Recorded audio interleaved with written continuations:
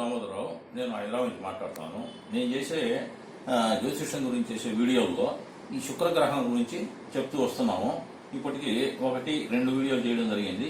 ఈ గ్రహం గురించి ఈ రోజు మళ్ళీ 3వ చాప్టర్ కూడా చెప్తున్నాం. ఇదే లాస్ట్ అన్నమాట. ఈ శుక్రగ్రహం నుంచి మిగతా విషయాలు ఏమన్నా తెలుసుకోవాల్సినవి ఉంటే దీంట్లో విశదంగా చెప్తున్నాము.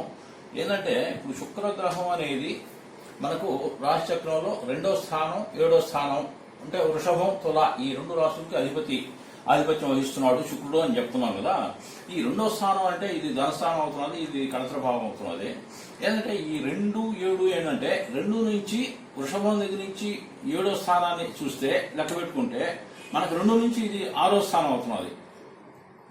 2 నుంచి ఇది 6వ స్థానం అవుతున్నది. ఇక్కడి నుంచి తుల నుంచి మళ్ళీ వృషభం చూసుకుంటే 8వ స్థానం అవుతున్నది. అంటే ఇక్కడి నుంచి 6, ఇక్కడి నుంచి 8వ స్థానం అవుతుంది. ఈ 2 కూడా 6, 8 స్థానాలు అనేది 6, 8, 12 దుస్థానాల కింద మనం ట్రీట్ చేస్తాం అనమాట. ఏంటంటే ఇప్పుడు ఒకదానికి లింకప్ అయి ఉన్నాయి అనమాట. వీటిల్లో కూడా అంటే శుక్రుడు ఏదో మనకు బాగా ఇస్తాడు, మనకు లాభాలు చేకూరుస్తాడు అని అనుకుంటాం. కానీ శుక్రుడు ఇస్తాడు, ఇచ్చేటప్పుడు ఇస్తున్నాడు. కానీ ఇప్పుడు ధనస్థానంలో ఉన్నాడు. ఇది 7వ స్థానం అవుతున్నది, ఇక్కడి నుంచి 6వ స్థానం అవుతున్నది. ఏంటంటే ఇక్కడి నుంచి నువ్వు ఏది కూడా అనామికంగా ఆశించడం గాని కోరికలు గాని ఇదిలో ఉంటే ఇప్పుడు ఈ 2వ స్థానానికి 7వ స్థానానికి మనకు అవినాభావ సంబంధం ఏంటి అంటే ఇప్పుడు 2వ స్థానంలో వృషభంలో ఇది శుక్రుడిదే, 7వ స్థానం కూడా తుల కూడా శుక్రుడిదే. కానీ ఏంటంటే ఇప్పుడు ఇక్కడి నుంచి 2వ స్థానం నుంచి ఇది 6 అవుతున్నది, ఇక్కడి నుంచి తుల నుంచి చూసుకుంటే ఇది 8 అవుతున్నది. 6, 8, 2 దుస్థానాల కింద వస్తుంది. కానీ ఏంటంటే ఇక్కడ ఇప్పుడు 2వ స్థానంలో ఉన్నదాన్ని ఇప్పుడు కూడా ఇది ధనస్థానం అవుతున్నది కదా, ఇది ఏది కూడా మనకు ఉన్నది అని చెప్పి మనం ఎక్స్పోజ్ చేసామంటే ఇక్కడ ఏంటంటే ఈ 6వ స్థానం కాబట్టి ఇక్కడ శత్రు రుణాలు ఏర్పడతాయి అన్నమాట. నీకు అనుకోకుండానే ఇక్కడ శత్రు రుణాలు అనేది ఒక ఏర్పడతాయి. ఇక్కడ నీకు ఉన్నది అని నువ్వు ఎక్స్పోజ్ అయ్యావు అంటే ఇక్కడ శత్రువులు తయారవుతారు. ఇక్కడ మళ్ళీ ఈ శత్రువులు తయారైతే అంత తేలిక పోవన్నమాట. ఇక్కడి నుంచి మళ్ళీ 8వ స్థానం అవుతున్నది. అంటే ఇది నేను మళ్ళీ పెట్టి పీడిస్తుంటది అనమాట. ఏదో ఒక విధంగా నీ మీద నడిచి తీర్చుకోవాలా, ఖర్చు పెట్టించాలా, దానికి ఎన్నో రకాల దారులు వేస్తాయి అనమాట. శత్రువు రుణాలు అంటే తెలిసిందే. ఇప్పుడు ఇక్కడి నుంచి 2వ స్థానం నుంచి తుల ఏమవుతున్నదంటే వృషభం నుంచి తుల ఏమవుతున్నదంటే 6వ స్థానం అవుతున్నది. అంటే ఇక్కడ ఏంటంటే నాకు ఉన్నది అని నువ్వు ఎక్స్పోజ్ అయితే ఇక్కడ 6వ స్థానం అవుతున్నది కాబట్టి ఇక్కడ శత్రురోగ రుణాలు తయారవుతారు. నీ మీద ఏదో ఒకటి ఆశిస్తా ఉంటారు అనమాట. అది రాకుండా చూసుకోవాలా. ఇప్పుడు అది కూడా కాకుండా ఇప్పుడు ఏంటంటే ఇది జాతక రీత్యా చూసుకుంటే ఈ వృషభం 2వ స్థానం అవుతున్నది, ఇది 7వ స్థానం అవుతున్నది. ఈ 1 నుంచి చూసుకుంటే ఇది 7వ స్థానం అవుతున్నది. ఈ 2, 7 స్థానాలు కూడా మారకం ఉన్నది. ఈ మారకం అనేది ఎక్కడ దాకా తీసుకోబోద్ది అంటే 2, 7 స్థానాల మారకం అనేది మార్పు జరిగితే పర్వాలే, మరణం దాకా కూడా తీసుకోపోద్ది. ఈ మార్గం అనేది 2, 7 స్థానాలు మార్గం అనేది ఉన్నది. అంటే వృషభ రాశికి తులా రాశికి మార్గం అనేది కూడా ఉన్నది. అంటే 2, 7 స్థానాలు ఈ మార్గం అనేది మార్పుకి సూచిస్తుంది. మార్పు అంటే ఏదైనా నీకు ఒక లిమిట్ లో పోతే మార్పు అనేది పర్వాలే. ఈ మార్పు అనేది మరణంగా కూడా తీసుకోబోతుంటుంది. ఇప్పుడు మనం ఈ శుక్రుడి స్థానాలు వృషభం తుల అనుకున్నాం. వృషభం అనేది శుక్రుడికి ఇది ఒక అసెట్ అనమాట. అసెట్ అంటే ఏదైనా సరే భోగభాగ్యాలు, ఏదైనా సరే ధనం చేకూర్చడం, ఏది కూడా ఇది ఒక అసెట్ కింద ఉంటుంది వృషభ రాశి. ఇక్కడ తుల ఏంటంటే ఇది మన సొసైటీ అనమాట. ఇక్కడ 7వ స్థానం అని పెట్టాం. ఇది అక్కడి నుంచి చూసుకుంటే 6వ స్థానం అవుతాయి. శత్రురోగ రుణాలనే కాకుండా ఇది ఏంటంటే ఒక సొసైటీ, ఇది ఒక సమాజం అనమాట. ఇది మనం అనమాట. ఇప్పుడు మనం ఏదైనా కూడా ఇప్పుడు ఇక్కడ 2వ స్థానం నుంచి ఆశించాము అంటే ఇది ఇక్కడి నుంచి 8వ స్థానం అవుతున్నది అనమాట. ఇది తుల నుంచి ఇప్పుడు వృషభ రాశి వచ్చేసి శుక్రుడు స్థానం, ఇది ఒక అసెట్ అనుకుంటున్నాం. ఇది పర్మనెంట్ అసెట్. ఈ అసెట్ ఉన్నది అని చెప్పి నువ్వు చెప్పుకుంటుంటే ఇక్కడి నుంచి 6వ స్థానం ఏమవుతున్నది తులారాశి 6వ స్థానం అవుతున్నది. ఇక్కడ శత్రువులు ఏదో ఒకటి తయారవుతుంది అనమాట. నీకు దీనికి తయారవుతారనమాట. అందువల్ల ఏంటంటే దీన్ని ఎక్స్పోజ్ చేసుకోబాక శత్రురోగ రుణాలు ఏదైనా సరే ఒకటి. ఏంటంటే సమాజం ఏదో ఒకటి నిన్ను గురించి ఆశిస్తుంటది. అదే విధంగా ఏంటంటే ఇప్పుడు ఇక్కడ మనం ఉన్నాం. ఇక్కడ మనం ఉండి అక్కడి నుంచి ఆశించినా అట్నే ఉంటది. ఇక్కడి నుంచి నువ్వేంటంటే ఇక్కడ ఉన్నది అని చెప్పి నువ్వేదన్నా ఉచితంగా నువ్వు కానీ ఆశిస్తే ఇది 8వ స్థానం అవుతున్నది. ఇక్కడి నుంచి 8వ స్థానం అవుతున్నది. నువ్వు ఇక్కడ ఆశిస్తున్నావు అంటే ఇక్కడ ఇది 8వ స్థానం అయిందంటే ఆయువు నీకు తగ్గద్ది. ఇప్పుడు ఇక్కడ ఏంటంటే ఇప్పుడు మనం సపోజ్ మనం వృషభంలో ఉన్నాం అనుకోండి. వృషభంలో ఉన్నది అనుకుంటే ఇప్పుడు ఇది ఒక అసెట్ అనమాట. ఈ అసెట్ ఉన్నది అనేది మనం ఎక్స్పోజ్ అవుతుంటే ఇక్కడ నుంచి ఇది 6వ స్థానం అవుతున్నది. 6వ స్థానం ఏంటంటే నీకు శత్రువులు, రోగాలు ఏదో ఒకటి తయారవుతాయన్నమాట. ఇది ఇక్కడ ఎక్స్పోజ్ కాకూడదు. 2వ స్థానంలో మనం ఉంటే మనం ఎక్స్పోజ్ కాకూడదు. అదే విధంగా మనం తుల్లో ఉన్నాం అనుకోండి, ప్రస్తుతం ఇప్పుడు మనం తుల్లో ఉన్నాం అంటే మనం ఇక్కడి నుంచి ఏదన్నా ఒక ఆశించాం అనుకోండి, ఇక్కడి నుంచి 8వ స్థానం అవుతున్నది కాబట్టి దీన్ని మనం ఏదన్నా ఆశిస్తే మన ఆయువు పోద్ది. ఇప్పుడు మనం దీంట్లో ఒక సూత్రం అర్థం చేసుకోవాలి. ఏంటంటే ఇప్పుడు ఇది అసెట్, ఇది మంది ఉన్నదని చెప్పి నువ్వు ఎక్స్పోజ్ అయితే ఇక్కడ శత్రువులు తయారవుతారు. అదే మనం సమాజం అనుకుంటాం, అది అసెట్, ఇది మన సొసైటీ. ఈ సొసైటీలో మనం ఉన్నప్పుడు ఇది పరాయాళ్ళ అసెట్ అవుతుంది. ఇది ఇక్కడ మనం ఉన్నప్పుడు ఈ పరాయాళ్ళ అసెట్ ను గురించి నువ్వు ఆశించకూడదు. ఆశించావు అంటే నీకు ఆయువు తగ్గిపోద్ది అనమాట. పరాయాళ్ళ అసెట్ ని నువ్వు ఎప్పుడు కూడా ఆశించకూడదు. విశ్రాంతం నువ్వు ఏదన్నా ఆశించావు అనుకో నీ ఆయువు తగ్గిపోద్ది. అదేవిధంగా మనం ఇక్కడుండి అసెట్ లో మనం ఉన్నాం అనుకోండి, మనం అసెట్ లో ఉండి ఎక్స్పోజ్ అయ్యాం అనుకో, నాకు ఇది ఉన్నది అన్నప్పుడు ఇక్కడ 6వ స్థానం కాబట్టి ఇక్కడి నుంచి నీకు శత్రువులు తయారవుతారు. ఇప్పుడు ఈ వృషభానికి తులారాశికి ఈ రెంటికి ఉండే అవినాభ సంబంధం ఇప్పుడు నేను ఈ విధంగా చెప్పాను ఒక సూచనప్రాయంగా. దీన్ని ఒక కథ రూపంలో కూడా ఇంకా కూడా కొంచెం విపులంగా అర్థమయ్యేటట్టుగా చెప్పుకోవాలంటే నేను ఉదాహరణగా కూడా ఇంకొక విషయంగా చెప్తాను. ఇప్పుడు ఈ వృషభ రాశికి తులారాశికి ఉండే సంబంధాన్ని గురించి చెప్పా. ఇది అర్థం కాకుండా ఉంటే మనం ఇంకొక ఉదాహరణగా ఒక కథ రూపంలో కూడా తెలుసుకోవచ్చు. ఏంటంటే ఇప్పుడు జమదగ్ని అనే మహర్షి ఉంటాడు. జమదగ్ని మహర్షి అంటే వీళ్ళంతా ఏంటంటే వనాల్లో ఈ తపస్సులు చేసుకుంటా అట్లా చేస్తా వీళ్ళు అడవుల్లోనూ వనాల్లోనూ ఉంటుంటారు అనమాట. ఈ జమదగ్ని ఆయన రేణుకాదేవి అనేవాడు దంపతులు, ఆయన మహర్షి అనమాట. జమదగ్ని మహర్షి అక్కడ తపోవనంలో ఉన్నప్పుడు ఏంటంటే ఆయన దేశంలో ఒక రాజ్యం మీద కరువు కాటకాలు ఏర్పడ్డా కూడా ఆయన ఆశ్రమం దగ్గరికి ఎంతమంది వచ్చినా కూడా సకల షట్రోపేతంగా ఆయన అన్ని కూడా సదుపాయాలు, భోజనాలు కానీ ఏది కూడా హెల్త్ లేకుండా పెట్టే ఇది వచ్చింది. అక్కడ ఎట్లా వచ్చిందంటే ఆయన రేణుకాదేవి మహిమ వల్ల వాళ్ళకి ఈ విషయమూర్తి ఏంటంటే ఆయనకి కామధేను ప్రసాదిస్తారు. ఆ కామధేను వల్ల మనం ఏ టైంలో ఎంతమంది పోయినా కూడా వాళ్ళకి సదుపాయాలు కల్పించే అంత శక్తి ఆ కామధేను ఇస్తుంది అనమాట. కామధేను అంటే అందరికి తెలిసే ఉంటది. అక్షయ పాత్ర మాదిరి ఏంటంటే ఏ టైంలో పోయినా కూడా ఎంతమందికి కావాలన్నా కూడా ఏ రకమైన కోరికలు కూడా నెరవేర్చేటట్టు అక్కడ కామధేను ఒకటి వాళ్ళకి ఇస్తారనమాట. ఆ కామధేను వల్ల ఏంటంటే ఈ అంటే ఈ జమదగ్ని మహర్షికి పరశురాముడు సంతానం అనమాట, కుమారుడు అవుతాడు. ఈ జమదగ్ని మహర్షి ఆశ్రమంలో ఈ విధంగా జరుగుతున్నది అని చెప్పి ఆ రాజ్యాన్ని ఆ రాజు కార్తవీర్యార్జునుడు, ఈయన రాజు అనమాట, క్షత్రియ వంశానికి చెందిన కార్తవీర్యార్జునుడు. ఇతని చెవులో పడుతుంది అనమాట.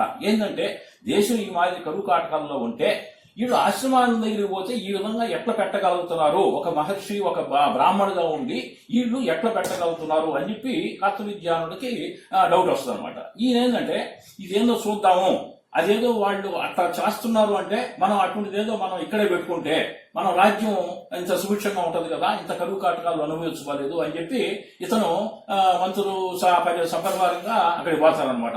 ఆయన జమదగ్ని ఆశ్రమానికి పోతారు. జమదగ్ని ఆశ్రమానికి పోయి చూస్తే అక్కడ జరిగేది వాస్తవం అని చెప్పి తెలుస్తుంది అనమాట. ఎందువల్ల అది ఏంటంటే కామధేను వల్ల పెడుతున్నాము అని చెప్పి వాళ్ళు చెప్తారనమాట. ఈ కామధేను వల్ల మేము మాది చేయగలుగుతున్నాం అని చెప్పి జమదగ్ని మహర్షి భార్య రేణుకాదేవి అందరికీ కూడా వీళ్ళకి కూడా కార్తవీర్యార్జునుడు కూడా అందరికీ కూడా అన్ని సదుపాయాలు చూపిస్తారు అక్కడ. అప్పుడు కార్తవీర్యార్జునుడికి ఒక దురాలోచన పుట్టింది అనమాట.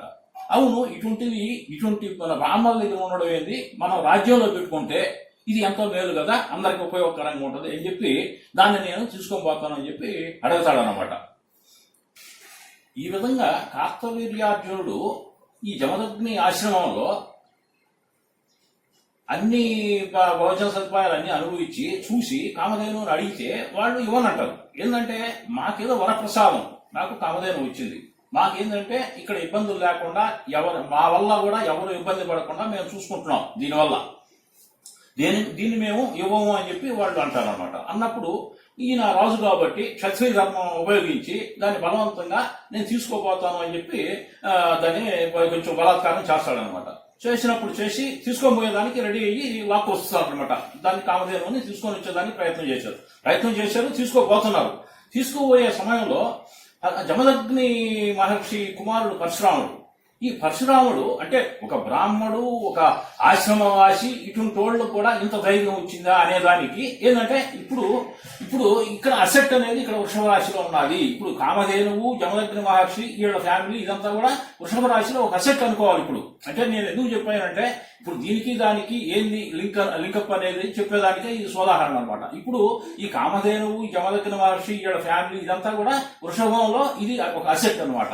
ఇది ఎట్లయితే ఎక్స్పోజ్ అయిందో ఏంటంటే ఒక కామధేను ఉన్నది, ఇక్కడ ఏదో అందరికీ ఉచితంగా పెడుతున్నారు అని చెప్పి ఎప్పుడైతే ఎక్స్పోజ్ అయిందో ఇక్కడ కార్తవీర్యార్జునుడు రాజు అనేవాడు ఇక్కడికి వచ్చి దాన్ని లక్కుపోయేదానికి ఇచ్చేసాడు అనమాట. అప్పుడు పరశురాముడు ఏంటంటే ఈయన వాళ్ళ తండ్రి అంటే ఆయన పెద్ద ఆయన కాబట్టి ఆయన ఏం చేయలేకపోయాడు. కానీ పరశురాముడు ఊరుకుండలేక బ్రాహ్మడైనా కూడా అతని గొడ్డలతో ఇతన్ని కార్తవీర్యార్జునుడి యుద్ధం ప్రకటించి మొత్తం రాజ్యాన్ని నాశనం చేసి కార్తవీర్యార్జునుడిని చంపేస్తాడు అనమాట. చంపేసి మళ్ళీ కామధేను మళ్ళీ తెచ్చుకుంటారు. అంటే ఇప్పుడు ఈ కామధేను అనేది వృషభ రాశి అనుకోవాలన్నమాట. ఇది ఒక అసెట్ అనమాట. దీన్ని ఎప్పుడైతే ఎక్స్పోజ్ అయిందో ఇక్కడ శత్రువులు తయారయ్యారు. ఈ శత్రువు తయారయ్యారు అంటే ఆ శత్రువే కార్తవీర్యార్జునుడు. ఈ కార్తవీర్యార్జునుడు ఎప్పుడైతే ఇక్కడ ఉచితంగా దీన్ని అనామేకంగా దీన్ని ఒక వస్తువుని తీసుకోపోవాలని చూశాడో అప్పుడు ఏమైంది, మరణం దాకా తీసుకొచ్చింది. ఇదే మార్పు అనేది ఇదే వచ్చింది అనమాట. కార్తవీర్యార్జునుడు స్మాష్ అయిపోయాడు. ఎందుకంటే పరశురాముడి చేతిలో చచ్చిపోయాడు. ఎందువల్ల ఈ కామధేనువుని నువ్వు ఉచితార్థం, ఒక వస్తువుని నువ్వు ఉచితార్థం నేను తీసుకోపోతాను అని అన్నదానికి ఇప్పుడు ఫలితం అనిపించాడు. పరశురాముడు ఇతన్ని చంపేశాడు అనమాట. ఆ విధంగా ఈ 2-7 స్థానాలు మార్గం అనేది ఈ విధంగా ఉంటది. మార్గం అంటే ఏందా అనుకుంటారు ఎవరు కూడా. మార్గం అంటే ఇది మరణం దాకా తీసుకోవద్దు. మార్గం అంటే మార్పు అని కూడా అనుకుంటాం. మార్పు అనేది అది లాస్ట్ స్టేజ్ మరణం. ఈ మరణం దాకా తీసుకోపోద్ది. ఈ విధంగా మనం వృషభ రాశి ఒక అసెట్ అయితే ఈ 7 అనేది సొసైటీ. ఇది మనం ఇక్కడ ఉన్నదని ఎక్స్పోజ్ అయ్యామంటే ఇక్కడ శత్రువులు తయారవుతారు. శత్రువులు తయారైతే నువ్వు ఏదో ఒక విధంగా మళ్ళీ మనం బాధపడాల్సి వస్తుంది. ఆ బాధపడేది అనేది ఇప్పుడు ఏంటంటే ఇక్కడ శత్రువులు తయారయ్యాడు. ఈ శత్రువు ఏంటంటే నువ్వు ఏంటంటే ఉచితార్థం నువ్వు ఆశించినప్పుడు ఇది ఫలితం అనుభవించాడు అనమాట. ఇప్పుడు దీనికే వృషభ రాశికి తులారాశికి ఉండే సంబంధాన్ని గురించి చెప్పడంలో రెండో సోదాహరణ కూడా ఇంకోటి కూడా చెప్తా. ఎందుకంటే ఇప్పుడు మనం ఉన్నది అని చెప్పి నా జోబీలో 100 రూపాయలు ఉన్నాయి అని మనం ఎప్పుడైతే నేను పైకి ఎక్స్పోజ్ అవుతుంటావో దాన్ని దొంగలు పెరుక్కోపోవడమా లేకపోతే ఇంకోటి కొట్టి పెరుక్కోపోవడం ఏదో ఒకటి నీకు శత్రువులు. ఒకవేళ నువ్వు ఇవ్వలేదు, నువ్వు ఫైట్ చేసి నువ్వు ఉండించుకున్నావు, నిలబెట్టుకున్నా కూడా నీకు శత్రువు తయారవుతాడు. వాడు నేను అడిగినప్పుడు ఇవ్వలేదు అని చెప్పి శత్రువు తయారవుతాడు. అదే విధంగా ఇప్పుడు ఏమైందంటే ఇప్పుడు ధర్మరాజు వర్సెస్ జోదం అని పెట్టా. ఏంటంటే ధర్మరాజు అంటే పాండవులు. ఈ పాండవులు వనవాసం చేసి వచ్చిన తర్వాత ఒక కొంతకాలంలో ఏంటంటే వీళ్ళు ఇంద్రప్రస్థం వీళ్ళు కూడా ఒక రాజ్యాన్ని ఏర్పరచుకొని అక్కడ మైసభ ఇటువంటి ఎన్ని ఏదేదో పెద్ద ఇది హంగామా చేశారనమాట. పాండవులు కూడా వచ్చేసిన పాలన మనకు రాజ్యం ఏదో కొంత వచ్చింది. దీంట్లో మనం ఇంద్రప్రస్థం అంటే అక్కడ రాజ్యం ఏర్పరిచాడు. దాంట్లో మాయసభ ఇటువంటి ఎన్ని పెట్టి వీళ్ళందరినీ ఆహ్వానించారు. రాజులందరినీ ఆహ్వానిస్తే వీళ్ళందరూ ధృతరాష్ట్రుడు, దుర్యోధనుడు వీళ్ళందరూ కూడా పోయారనమాట. పోయి దాన్ని చూసి ఓర్చుకోలేక వీళ్ళకేంది పాండవులకి ఇటువంటి ఉన్నాయి, మనం ఎందుకు చేసుకోలేకపోయాం, ఇటువంటి మనం చేయలేకపోతే మనం దీన్నే స్వాధీనం చేసుకోవచ్చు కదా అనే ఒక దురుద్దేశంతో వాళ్ళు ఏం చేశారు, వాళ్ళని ఆ పాండవులు వీళ్ళు 5 మనం 100 మంది ఉన్నాము. కానీ ఈ 5 ఏం ఒకవేళ పోయినా ఏం చేయలేరు. కానీ మనం ఏంటంటే జోదంలో మనం ఏదో ఒక ఓడిస్తాము అని చెప్పి ఒక మిషతో వీళ్ళు ఏం చేశారంటే దుర్యోధనుడు వాళ్ళు జోదానికి వీడిని ఆహ్వానించారు. అంటే ధర్మరాజుకి ఒక వీక్నెస్ ఉండాలి, వారికి వీక్ పాయింట్ అనమాట. జోదం అంటే కొంచెం ఇంట్రెస్ట్ అనమాట. జోదానికి ఆహ్వానించేటప్పటికి ధర్మరాజు పోయినాడు. ధర్మరాజు నీతికి నియమానికి ధర్మానికి కట్టుబడి ఉండేవాడు కాబట్టి జోదంలో రాజ్యాన్ని వాళ్ళని వాళ్ళ సోదరుని భార్యని అందరినీ ఓడిపోతాడు అనమాట. జోదంలో ఓడిపోయాడు. అంటే ఇప్పుడు ఏంటంటే ఓడిపోయాడు. తర్వాత దానివల్ల మళ్ళీ ఏంటంటే యుద్ధాలు జరగడం జరిగింది. మళ్ళీ వాళ్ళని కౌరవుల్ని ఓడించడం జరుగుతుంది. ఇవన్నీ కూడా తర్వాత సంగతి. ఇప్పుడు ఏమైంది, ఇప్పుడు ధర్మరాజు మైసభ వాళ్ళ రాజ్యం అంతా వృషభం అసెట్ అనుకున్నాం. ఈ అసెట్ ని ఎప్పుడైతే నువ్వు ఎక్స్పోజ్ చేసావో నాకు ఇది ఉన్నది అని నలుగురికి తెలియవచ్చినప్పుడు ఇప్పుడు ఒక్కొక్కరికి ఒక కన్ను పడింది, ఒక ఈర్ష్య ఏర్పడింది. అంటే ఏడ దగ్గర ఉండేది ఏంది, మన దగ్గర లేకుండా పడమైంది, అసలు వాళ్ళే లేకుండా చేద్దాం అని చెప్పి వీళ్ళు కౌరవులు దీనికి పూనుకున్నారన్నమాట, దుర్యోధనుడు వీళ్ళు. అప్పుడు ఇదే ధర్మరాజు మైసభ ఇదంతా కూడా ఒక అసెట్ అనమాట. ఈ జోదం అనే విషతో అంటే ఇప్పుడు ఇక్కడి నుంచి 6వ స్థానం ఇది అయిందనమాట. ఇది సొసైటీలో ఇప్పుడు కౌరవులు తయారయ్యారు. కౌరవులు ఏంటంటే దీనికి కావాలని చెప్పి పరిగెత్తారు, ఉచితార్థం ఇది కావాలని పరిగెత్తారు, ఈ అసెట్ స్వాధీనం చేసుకోవడానికి వచ్చారు. పరాభవం జరిగింది, ఇక్కడ మరణం జరిగిపోయింది. మార్పు అనేది మరణానికి దారి తీసింది. ఎందుకు? ఇది అసెట్ ని నువ్వు ఉచితార్థం ఇక్కడి నుంచి వీళ్ళు కావాలని చూశారనమాట. ఇది కౌరవులు, ఇది పాండవులు అనుకోవాలా. ఈ కౌరవులు ఉచితార్థం వీళ్ళ రాజ్యాన్ని, వీళ్ళ ప్రాపర్టీని అంతా కూడా చూసుకోవాలన్నప్పుడు ఇక్కడ మార్పు వచ్చిందనమాట. 2-7 స్థానానికి మార్పులు వచ్చినాయి. 2-7 స్థానాలు మార్పులు వచ్చినప్పుడు మార్పు అనేది మరణంలాగా దారి తీసింది. అంటే ధర్మరాజు మళ్ళీ గెలిచారు, వచ్చారు, కానీ వాళ్ళు పోయినారు. ఏంటంటే విషార్థం ఆశపడ్డదానికి కౌరవులు నాశనం అయిపోయినారు. ఆ విధంగా ఇది కూడా ఒక ఉదాహరణ కింద తీసుకోవచ్చు. ఇప్పుడు దీని గురించి వృషభ రాశికి తులారాశికి ఉండే సంబంధం ఏందనే దానికి ఇంకో 3వ ఉదాహరణ కూడా చెప్తా. ఏంటంటే మనకు సోదాహరణ తెలుసుకుంటే మనకు శుక్రుని గురించి ఏదో ఊహించుకోగలదా. ఏంటంటే ఇదిగో ఈ విధంగా జరగద్ది అనే ఒక ఇన్సిడెంట్ అన్నమాట. ఏంటంటే ఇప్పుడు వృషభ రాశిలో మనం సీతాదేవి ఉన్నది అనుకున్నాం. అంటే శ్రీరాముడి భార్య సీతాదేవి వృషభ రాశి, ఇది ఒక అసెట్ అనమాట. ఇవేంటంటే ఈమెని ఇక్కడ 7వ స్థానం ఇప్పుడు ఇది తులారాశిలో రావణాసురుడు ఉన్నాడు. రావణాసురుడు ఇది సొసైటీ అనమాట. ఈ సొసైటీ ఏంటంటే ఇక్కడ ఈ సీతాదేవిని చూసి మోహించి ఇంత సౌందర్యవతిని మనం తీసుకొని పోయి మనం లంకలో పెట్టుకుంటే ఏమవుద్ది అనుకున్నాడు అనమాట. అంటే ఇక్కడ నుంచి 8వ స్థానాన్ని కోరుకున్నాడు. అంటే ఈ సీతాదేవి ఒక అసెట్టు. ఈ సీతాదేవిని రావణాసురుడు వాంఛించాడు అంటే అనామేకంగా తీసుకోపోవాలని చూశాడు. కానీ ఏంటంటే ఏంటంటే ముందుగా ప్లాన్ చేసి జంక కావాలన్నప్పుడు రాముడు వెళ్ళిపోవడం. అంటే రామలక్ష్మణులు ఈవికి సేఫ్టీగా ఉన్నారు, కానీ ఏంటంటే అక్కడ మిష జరిగింది. ఏంటంటే రావణాసురుడు కల్పించిన వృత్తాంతం ఏంటంటే అక్కడ జంకనికి అవసరంగా రాముడు పోవడం, రాముడు వెంకట లక్ష్మణుడు పోవడం, తర్వాత సీత ఒంటరిగా ఉండాలని చెప్పి ఇక్కడ రావణాసురుడు ఏంటంటే ఈ అసెట్ ని పొందాలని చూశాడు అనమాట. సీతాదేవి అనేది మనం వృషభ రాశిలో ఒక అసెట్ అనుకుంటాం.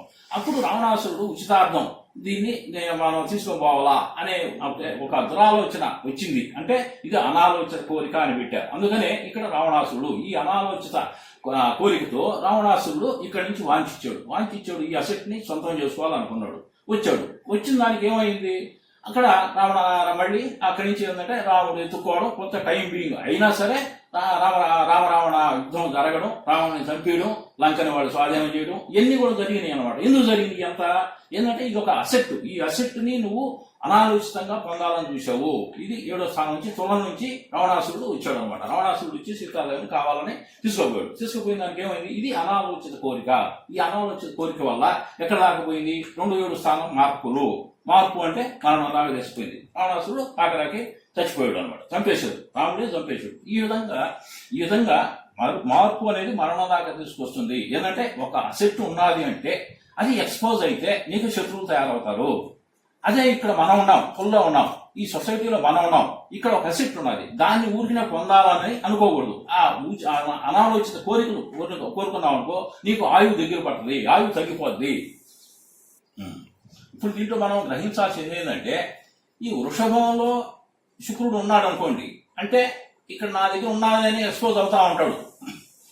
అదేవిధంగా 7వ స్థానం తులలో సంగతి పర్లేదు, తులలో మళ్ళీ శుక్రుడు ఉన్నాడు అనుకుంటే ఇది సొసైటీ. మనం ఏంటంటే ఏదో వేరే వాళ్ళది కావాలని అనుకోవడం అనమాట. కోరిక, అనాలోచిత కోరిక ఇక్కడ పడుతుంది అనమాట. శుక్రుడు ఇక్కడ ఉంటే అంటే నాకు అది కావాలా, ఇది కావాలని కోరికలు అనమాట. ఆ విధంగా అనుభవించాలా అనేది తులలో ఉంటుంది. ఇక్కడ ఏంటంటే ఆ విధంగా ఉన్నదని ఎక్స్పోజ్ చేయడం ఒకటి. ఆ విధంగా ఈ 2 స్థానాల ప్రభావాలు ఇదిగో నేను ఈ 3 ఇన్సిడెంట్లతో నేను పోల్చి చెప్పడం జరిగింది.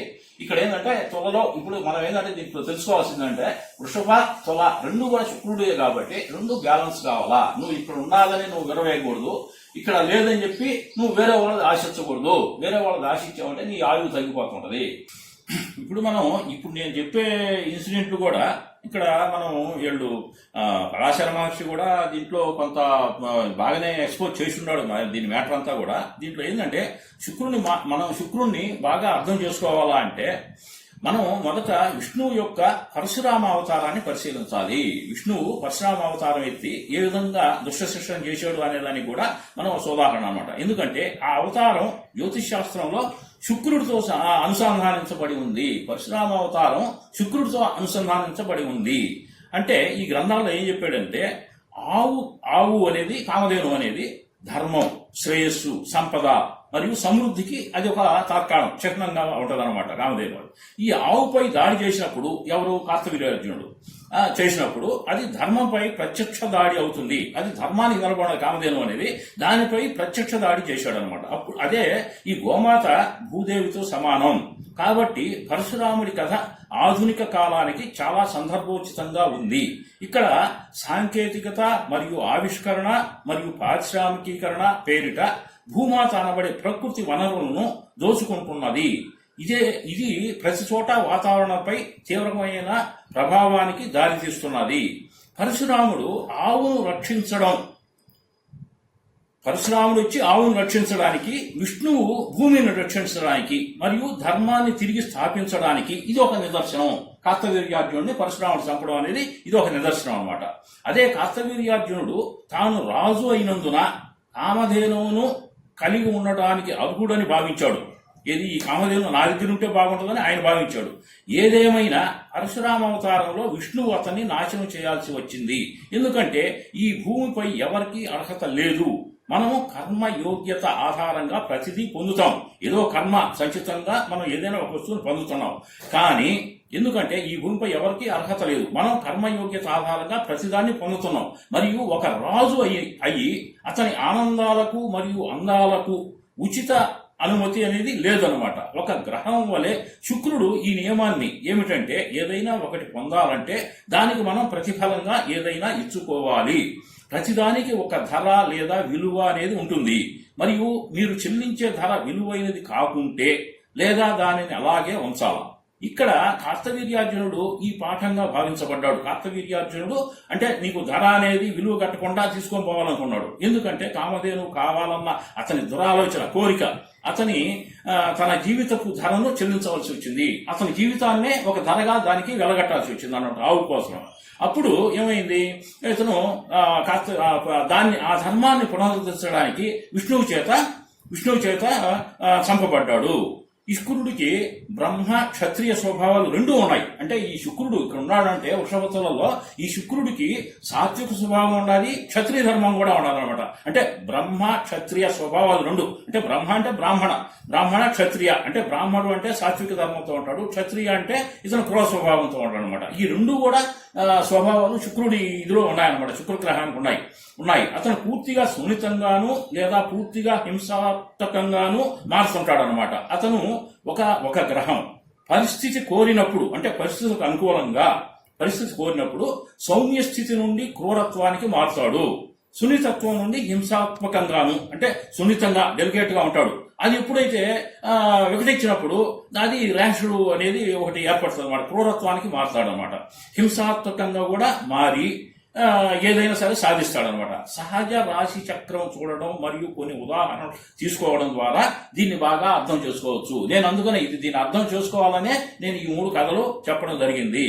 దీన్ని రాశి చక్రంలో మరణం మరియు విధ్వంసం యొక్క మరణం అంటే మార్పు దగ్గర నుంచి, అంటే 2, 7 స్థానాలు మారకం అని చెప్పాం. అందుకనే అంటే 2వ స్థానం వృషభం, 7వ స్థానం తుల, సహజ మారక స్థానాలను శుక్రుడు రెండింటినీ పాలిస్తున్నాడు. ఇతను అంగారక గ్రహానికి వ్యతిరేక గ్రహం. అంగారకుడు అంటే కుజుడు అనమాట. కుజుడు పాలిచ్చేయి మేషం వచ్చి వృశ్చికం ఒకటి. ఈ రెంటికి కూడా ఈయన వ్యతిరేక ధ్రువం అవుతారనమాట. అదేవిధంగా మనకు శుక్రుడు ఈ విధంగా 2 ధర్మాలను పోషిస్తున్నాడు అనమాట. అంటే క్షత్రియ ధర్మం, బ్రాహ్మణ ధర్మం, బ్రహ్మత్వం రెండు కూడా ఇతనిలోనే ఉంటాయన్నమాట. అట్ట అవసరమైతే అట్ట వాడుకోవచ్చు, ఇట్ట కావాలంటే ఇట్ట వాడుకుంటాడు అనమాట. ఇప్పుడు శుక్రుని బలం కూడా చూద్దాం. శుక్రుని బలం ఏంటంటే భీముడు మరియు హనుమంతునికి కూడా సమానత్వం అన్నమాట. శుక్రుడి బలం ఎటువంటిదంటే భీముడు ఎంత బలవంతుడో ఆంజనేయుడు ఎంత బలవంతుడో వాటికి సమానంగా ఉంటాడు అనమాట శుక్రుడు. ఆ విధంగా పోల్చారనమాట. మహాభారతంలోని శ్రీమద్ రామాయణం వరుసగా భీముడు యుద్ధభూమిలో క్రూరమైన వాడు. భీముడి క్యారెక్టర్ చూస్తున్నాం. భీముడి క్యారెక్టర్ ఎట్లుందంటే భీముడు యుద్ధభూమిలో ఎంత క్రూరత్వంతో ఉంటాడో అదే సమయంలో అతను తన భర్త పాత్రలో, అంటే ద్రౌపది దగ్గర, ఆయన భార్య దగ్గర మళ్ళీ అంత క్రూరత్వంలో, యుద్ధభూమిలో అంత క్రూరత్వంతో ప్రదర్శించినా కూడా మళ్ళీ అదే సమయంలో భర్త పాత్రలో అత్యంత గౌరవప్రదమైన మరియు ప్రేమ గల వ్యక్తి భీముడు పాత్ర. ఆ విధంగా ఉంటుందన్నమాట. మీరు భీముడి గురించి మాత్రమే చదివారు. మహాభారతం శుక్రుని కొత్త స్థాయిలో అర్థం చేసుకోవడానికి యుద్ధభూమిలో అతను చూపించే క్రూరత్వం, అంటే ఇప్పుడు భర్త దగ్గర ఎంత భార్య దగ్గర ఎంత వినయంగా ఎంత గౌరవ మర్యాదలతో ఉంటాడో భీముడు, అదే యుద్ధభూమిలో అతను క్రూరత్వం అనేది అర్థం చేసుకోవచ్చు అనమాట. ఇది మహాభారతంలో తన ప్రేమపూర్వక పెంపకం మరియు శ్రద్ధ గల స్థానాన్ని కూడా చూపిస్తాడనమాట. అతను వంటవారిలో అత్యుత్తమైన వాడు భీముడు. వంటల అంటే ఆయన వలలుడు అనే పేరుతో వంటల ఇదిగా చేరాడనమాట అక్కడ వాళ్ళ ప్రస్థానంలో, దాన్ని కూడా చూపించాడు అనమాట. భీముడు వంటవారిలో అత్యుత్తమైన వాడు కాబట్టి అతను మంచి శుక్రుని వంటి చాలా మంచి భోజనం వంటించేవాడు. శుక్రుడు కళాపోషకుడు, అంత ఇదిగా ఉంటాడనమాట, అంత ఆయనకి అంత పద్ధతిగా ఉండాలన్నమాట. అటువంటి భోజనాలు కూడా తయారు చేయగల వాడు అనమాట భీముడు అనమాట. కాబట్టి అతను మంచి శుక్రుని వంటి చాలా మంచి భోజనం వడ్డించగలడు మరియు అతను ఇష్టపడే వ్యక్తులను పోషించగలడు. కానీ యుద్ధభూమిలో ఏం చేస్తాడు భీముడు? అతను ఎముకలను చల్లబరిచే అంటే ప్రాణాలను తీసేసే అంత భయాన్ని ప్రేరేపించే శివుడి మాదిరి రుద్రరూపం ఎత్తుతాడు అనమాట భీముడు.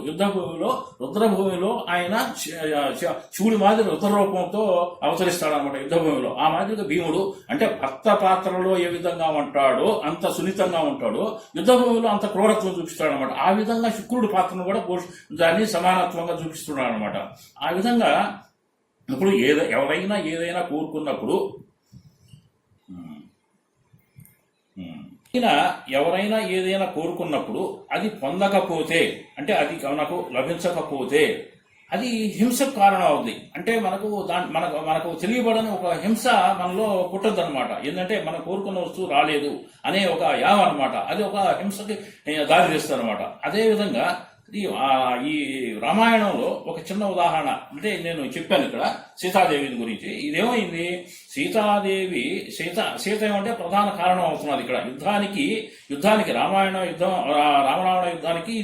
యుద్ధానికి సీత ప్రధాన కారణం అవుతున్నది. ఆమె బంగారు జింకను కోరుకుంది మరియు రాముడు ఆమెను విడిచిపెట్టి జింకను వెంబడించి వెళ్లవలసి వచ్చింది. మరీచి అనే రాక్షసుడి యొక్క ఉపాయాల వల్ల లక్ష్మణుడు కూడా సీతను విడిచి వెళ్లవలసి వచ్చింది. అప్పుడు రావణుడు వచ్చి ఆమెను అపహరణ చేశాడు. ఆమె మొదట బంగారు జింకను కోరుకోకుండా ఉంటే ఈ విధంగా జరగదు. కనుక ఇది ఆమె కోరిక కారణంగా శుక్రుడి వలన ఇబ్బంది పడి యుద్ధాన్ని తెస్తుంది. అంటే ఏంటంటే ఈ కోరిక ఇక్కడ ప్రధాన ఇదైంది అనమాట. ఇక్కడ సీత ఏమో అసెట్ అనమాట, కానీ ఇక్కడ ఆ కోరిక విపరీతమైన కోరిక, అనాలోచిత కోరిక, అందుకనే పెట్టా ఇక్కడ అనాలోచిత కోరిక అని. ఈ అనాలోచిత కోరిక వల్ల ఆమె యుద్ధానికి దారి తీసింది అనమాట. ఇప్పుడు మహాభారతం నుండి మరో ఉదాహరణ తీసుకోండి. ఆ విధంగా ఇక్కడ సీతాదేవి రావణాసురుడు తీసుకోవడం అంటే రావణాసురుడు మళ్ళీ ఇప్పుడు ఈ ఫస్ట్ కథలో కార్తవీర్యార్జునుడి కథలో ఎట్టయితే ఆవు ఇక్కడ ఈ వృషభ రాశిలో అది ఒక అసెట్ అయిందనమాట. ఆవు ఉద్దేశం ఇది సున్నితమైనది లేదా సౌమ్య ఇంద్రియ అవయవాలను ఇక్కడ జోదం ద్వారా మళ్ళీ ధనరాజు జోదం ద్వారా సంతృప్తి పరచడం. దానికి శుక్రుని యొక్క ఆనందాల యొక్క తుది ఫలితం ఏ విధంగా ఉండింది అనే దానికి భయానకంగా ఉన్నది. శుక్రుడి అక్కడ మనం ఆయన క్యారెక్టర్ చూసుకోవాలంటే అమిత భయానకంగా వచ్చింది అనమాట.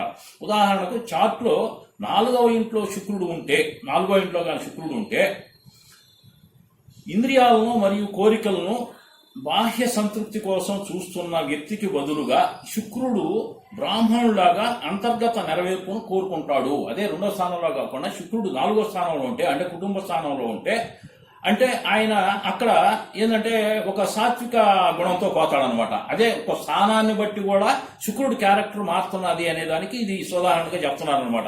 2వ స్థానంలో ఉంటే ఎంతైతే రౌద్రమో భయానకం చూపిస్తున్నాడో అదే 4వ స్థానం కుటుంబంలో గాని శుక్రుడు గాని ఉంటే బ్రాహ్మణుడు లాగా అంతర్గత నెరవేర్పును కోరుకుంటాడు. అంటే అక్కడ టాలెంట్ గా దాన్ని సాల్వ్ చేసుకునే దాన్ని చూస్తాడనమాట. అంటే ఇంత రౌద్రాలు క్రూరత్వాలు చూపించకుండా సహజ గుణంతో దాన్ని నెరవేర్చుకుంటాడు.